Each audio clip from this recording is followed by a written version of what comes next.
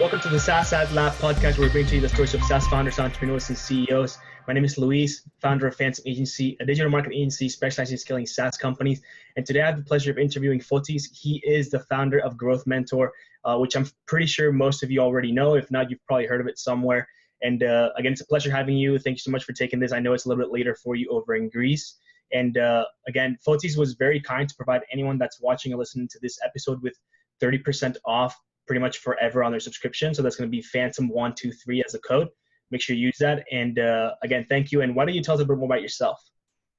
Sure. So I was born in the States, lived there till I was 15, and moved to Greece because my dad thought, let's bring the family over to Greece, let them, learn Greek and all that stuff. Ended up staying.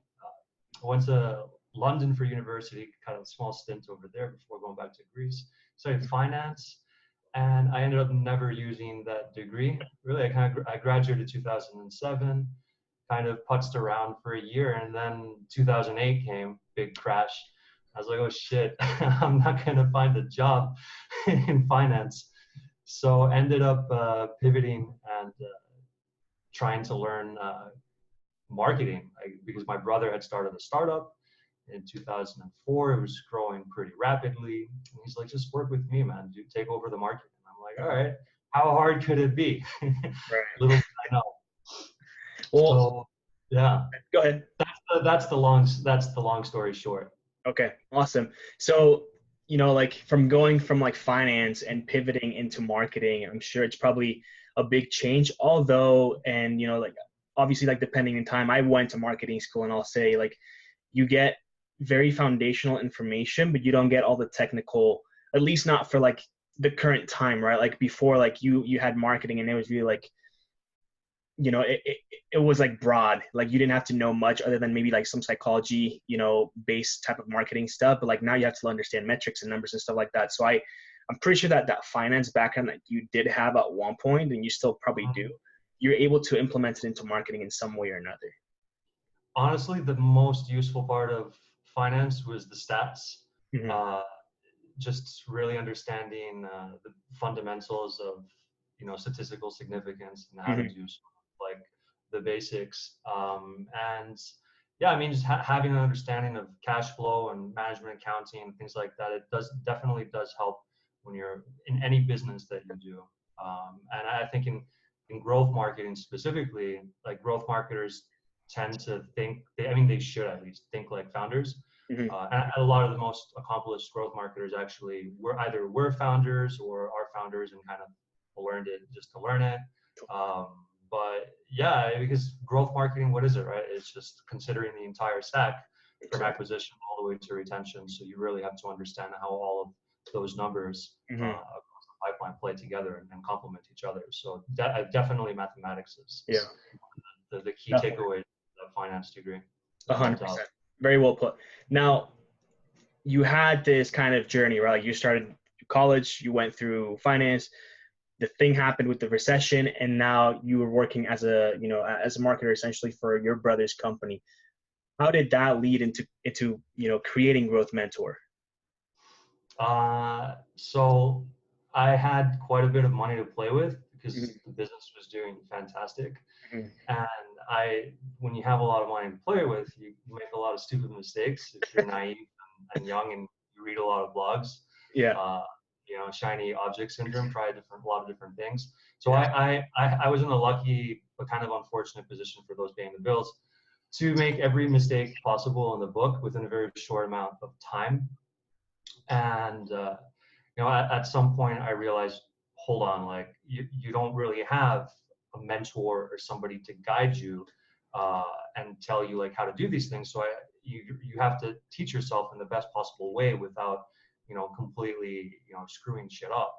So what I ended up doing is I kind of hacked my own sort of mentorship program by jumping on Upwork, and instead of hiring freelancers to do the work for me, because I used to use a lot more freelancers back in 2010, 11, 12, but then after a certain point, like I started getting better than the freelancers I was hiring.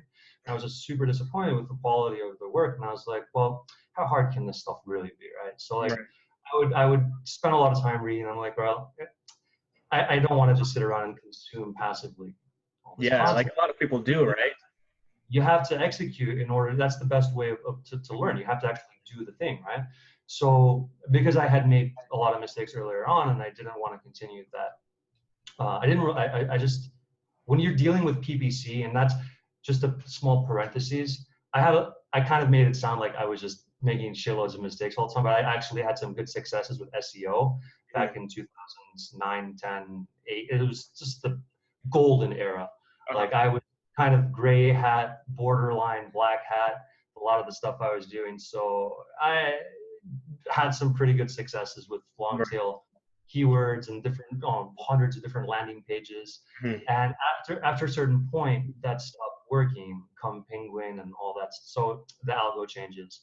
So I had to transition to PPC, and that's a completely different animal. So when money's at stake, you really want to make sure that you're doing things the right way. So one option is, of course, to hire a digital agency. It's a fantastic option, if you have the budget for it, and you don't feel like learning the stuff. Or a freelancer, if you're lucky, you can stumble upon a really good one. But like I really like the work. I enjoy learning, so I wanted to learn everything myself. So for me, the best way to do it was to just leverage the expertise of others, right? So like instead of hiring freelancers on Upwork, I would say, for example, job posting. Hey, I want a job posting title: 60 minutes on Skype with AdWords expert. Right? So loads of people would apply, as they would do. I'd choose like the guys that were at the top, like $80 to $100 an hour. So like I want to learn from the best. Do a screen share. Hey, this is how I'm setting up my campaigns. These are my ad groups. This is my keywords. This is my bid settings. All of these different things, and they would give me like instant real-time feedback, and like my mind was blown after that. So it's like, wow, I just learned so much in 30 minutes. Like there's no course or any blog post can compare. Right. And I just rinse and repeat, and I did that for everything from how to set up a drip complex workflow, right? How to build a customer success framework for a SaaS, all of these different things, and I just learned from the best. And I was like, this. So basically, by doing that, I like hacked my own learning curve, and I was like, wow, like this really works. Like more people should be just learning from other people, but there's not really a way to do that because just I don't know, it's just very like very transactional. Yeah, that's really cool. So essentially, you pretty much built the product through other companies, right? Like Upwork or maybe Fiverr. I think you mentioned Upwork was like the main one that you went. Upwork was it was the only one I did. I never used Fiverr for this, but yeah, Upwork. Okay. You can find tremendously amazing talent on Upwork. Yeah, definitely. And so you went through this. You kind of had like, my guess is you went through a series of very repeatable tasks that you obviously saw that you could systematize in a different product, build it up, and you knew that, this was going to be valuable to pretty much anyone that wanted to learn something. How does the transition from, putting this together go into actually building it? Yeah, great question. So I had watched enough like startup YouTube videos about MVPs and all that to know that I better validate this, right? So I made a really quick landing page using Twitter Bootstrap, and put $500 of AdWords money towards it. I used broad modified match keyword business mentors, and I targeted basically like the country, like South Africa was big, Australia, like lower CPC countries, right? And I did the research before you actually started building everything out. Sorry? You did pretty much like the most basic research before getting anything built out. Dude, my MVP was a landing page that took me 2 hours to make, and a drip form, and then basically I'd get subscribers and I'd give them, and they would go to a type form, and I would ask them questions like, my hypothesis was that people get lonely, entrepreneurs get lonely, founders, and that was the first question, like, do you get lonely? Yes, very often. Yes, sometimes. No, I don't get lonely at all. And 85% of respondents said like either very or sometimes lonely. And I just don't really have anyone to bounce ideas at a high level, right? And then I had other questions. I asked like, what are your biggest challenges in growth? And I got all that data, and then I reached out to them and I organized like some user testing calls. But on the landing page, I had put like fake profiles that Neil Patel and Josh Fetzer and some other of these guys like were on the platform, right? I know it's kind of like shady, but right. dealing with $500 budget on AdWords, you want to make sure that it counts, right? Totally, 100%. That's awesome. Now, and this is super cool because you have this platform where I mean, you don't own everything, right? Like you have other people obviously going through there and like providing their services, but you personally, when you need to find, someone to mentor you, or you want to learn something new, are you going directly through, Growth Mentor as your own account, or do you just reach out to the people personally since they're already part of your network essentially?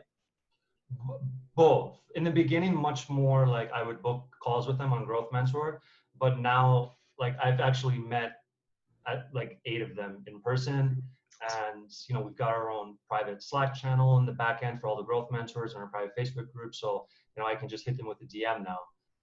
But I still book calls on occasion, and I pay for calls as well. Like I just booked a paid call today with one of my favorite mentors. Like I check in with her every week. That's awesome. Like I'm the biggest user of Growth Mentor. Like anytime like I really want to get a second opinion, because like I think it really comes down to like a value of humility. Like I know I'm not the smartest person in the room, like, and I don't want to be. Mm-hmm. That's the thing. Like you shouldn't want to be the smartest person in the room. No, definitely. Right. So like you always want to have to challenge yourself. Because like obviously there's somebody else out there who kind of gets there's some smart people out there, man. There's some smart people out there. I know, right? And what really kills me are these people that feel like they have all the answers for you, right? Like, this is how you're gonna get 6 figures or 7 figures. It's like, dude, what are you talking about? Do you know how hard this is? 100%. Now let's talk a little bit more about the product itself and some of the things that kind of shaped it. And one of the things that kind of caught my attention was the pricing structure, right? So you do a monthly, which you see a lot of products do it, and obviously like this isn't like your typical SaaS product. Like there's more, I think, to it. Like there's humans that you actually deal with and so on. So it's a similar but different model in a way. So why the yearly subscription instead of going through a monthly kind of thing? Yeah, great question. So when we started it, we didn't have any subscription. It was free to get in.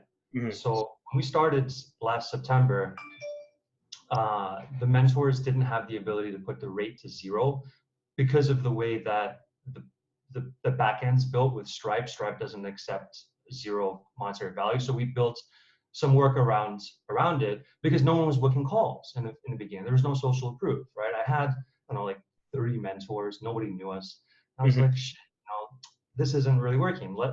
So many of the mentors were like totally cool people, altruistic. They wanted to help. They were in for the right reasons. So in December of 2018, I released the ability for mentors to put rate to 0. And then when we did that, hockey stick growth in sessions booked. And that's when like collectively the user base got their aha moment. And that's when I started getting that social proof pouring in, right? But the issue is that you can't really monetize $0 an hour times 15% is still going to equal to 0. So like my development bills were still pouring in.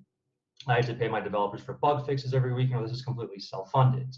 So at that point was when we decided, okay, they're getting tremendous value from the free mentors, which were doing it because they enjoy helping, and some of them wanted to get their reviews up on the platform because they saw it was getting somewhere. So the value was there, we thought, enough to justify some sort of an annual plan, because the risk of doing monthly is people are going to come in, book like 10 calls with free mentors and then bail, right? And it's like the churn, we didn't want to risk that potential in ridiculously high churn rate. Totally. So that's why we put the yearly only. Cool. Great in-depth answer. Now, and you brought up a good point, right?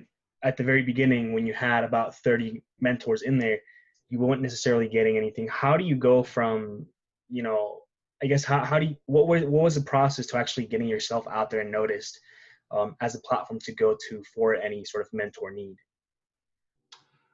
There were some SEO plays, content, but honestly, that really didn't drive that many. I mean, we got some traffic. Now we rank position 1 for Startup Mentor and Marketing Mentor on the same page. Like, That's awesome. That's pretty cool. But generally, that's not where our conversions come from. It's all organic from predominantly from social media. Okay. So really big LinkedIn game. Is that because the mentors are putting like themselves out there? Like obviously, like a lot of the mentors have that they are a growth mentor, growth mentor, Yeah. like that. Are they promoting it themselves too as like, it's obviously not like the main thing that they've got going on, but it's it's obviously a piece of revenue if they are charging for it, so they want to make sure that it's out there. Yeah, I mean it's because we're really selective on who gets in. If you take a look at the mentors on there, like there's no random person in there. Like they're all very accomplished growth marketers, and there's like a 4-step vetting process. So the mentors generally feel like it's a good personal branding for them as well. So they put it on their LinkedIn profiles. So that in turn, gets people talking and says, okay, great, what is this growth mentor thing? Because people get notified when you add a new job. So that drove a lot of initial signups because everyone noticed in their networks that they were part of this thing called growth mentor, and they're like, hey, what's that? So that's really cool. That was really big for us. That's awesome. What are some of the things that have been the most challenging as you grow Growth Mentor? The most challenging things, I mean, I guess dealing with the fact that you're a small team, and no matter how hard you want to do these amazing ideas you're still like 2 people. I mean, it's me and Jessica, essentially doing all of the marketing and like operations in the back end. And we have our outsourced development team, but it's pretty much just us. So it's just like overload and dealing. It's not even like the challenges of the product, because it's pretty smooth sailing. It's just mostly, I think, the mental stress of keeping a work-life balance and not burning yourself out to the point where you're just like a shell of what you should be able to be. Like there's no reason why I have to be completely burned out every single day, but I still am most of the times. It's constant like work in progress, right? Like I'm not gonna lie and say I have it all figured out. I mean, this is probably one of the reasons why I created Growth Mentor, because I'm kind of a workaholic. Trying to squeeze as much as you can from people that know more than you. 100% agree with that. And I guess this is more on a personal level. Like, what are some of the things that you do in order to kind of stay sane, given the fact that you got like a decently sized company, like the number of individuals that use it and stuff like that. But how do you deal with the stress and the burnout and stuff like that for anyone that's going through that, as like obviously like the people listening are startup founders and stuff like that, so like they understand it, and if they can get advice from someone doing it too. Yeah, I guess read books, read fiction books, because that completely unplugs you from business stuff. Like I used to read more nonfiction, but now I'm trying to transition to just read something that completely like unplug. Definitely exercise. It's something that's a constant challenge to me. I try and keep busy playing basketball, at least one time a week. Like honestly, if you enjoy what you're doing though, like I love my job. I love every part about it. So even if I wasn't doing those things, I probably still could push it for like another year at like 90%, but I know it's unhealthy. So I'm cognizant of that fact, that there's definitely room for improvement. And I don't wear it like a badge of honor, and I don't think people should, but I definitely see that there's this sort of like toxic subculture of the startup community where they think that hustling and just burning yourself out to the max is like some sort of a badge of honor. I think that's completely like self-destructive. And Foti, what is something that you're not very good at? That I'm not very good at. Like if this is actually a really cool question. If you could have, a growth mentor that you've never had before go into Growth Mentor and give you a one-on-one session, what would that be? this is the curse of like the generalists where they think that they're, generally good at everything. Yeah. But okay, if I had to say, it would definitely be uh, data. Like I know we talked about the whole finance degree and data and everything, but there's a certain point where there's an overlap into development as well. Mm-hmm. And that's like in-app analytics, segments, mixed panel, passing event properties. I would really love to be able to actually set that up myself. So to get somebody who has who's good at like Node.js or Ruby, and to kind of like do a screen share and walk me through how to actually set up the event calls and things like that, that would be fantastic. That's awesome. So this will be shared with all the growth mentors. So if you are that person, hit him up. What is your biggest accomplishment to date? And this can be personal or, growth mentor only related. The biggest accomplishment to date, I guess, just making this happen over the last year, coming from literally nowhere. A year ago today, I had like 50 connections on LinkedIn. I didn't even have, because I've been in the same job for 12 years. Right? Like I didn't have any social presence, and now you don't even connect with them at that point. Like they're just there. Yeah, like you said in the beginning, and it kind of like shocked me. Like people probably know what growth mentor is. That was like, whoa, what are you talking about? People know about me?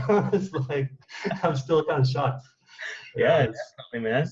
I feel like I've definitely seen it, like before in the past. Like I'll see it in places, and then like there's like some person I look up to on LinkedIn that says on there like, oh, like he's a growth mentor too, and like there's all these obviously like cool people that like I said, like they have that on their LinkedIn profiles, and it kind of gives them that. I can't think of the right word, but I guess like eliteness to themselves, right? So like it's definitely something that it looks good when you see it on someone's profile. Cool, that's good to know. Yeah.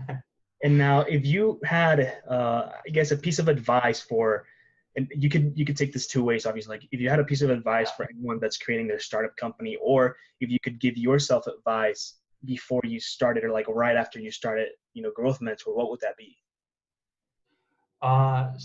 I think one of the biggest advice that I always give to people the last year has been to stop reading so much stuff about marketing, stop listening to so many. I know this is a podcast, so it's kind of weird saying it, but like just stop consuming, and just do and present it, no matter how scrappy you think it is, and get feedback from real users. I mean, if it's crap and nobody likes it, wouldn't you rather know about it like a lot earlier to just stop doing it, or maybe pivot or fix it?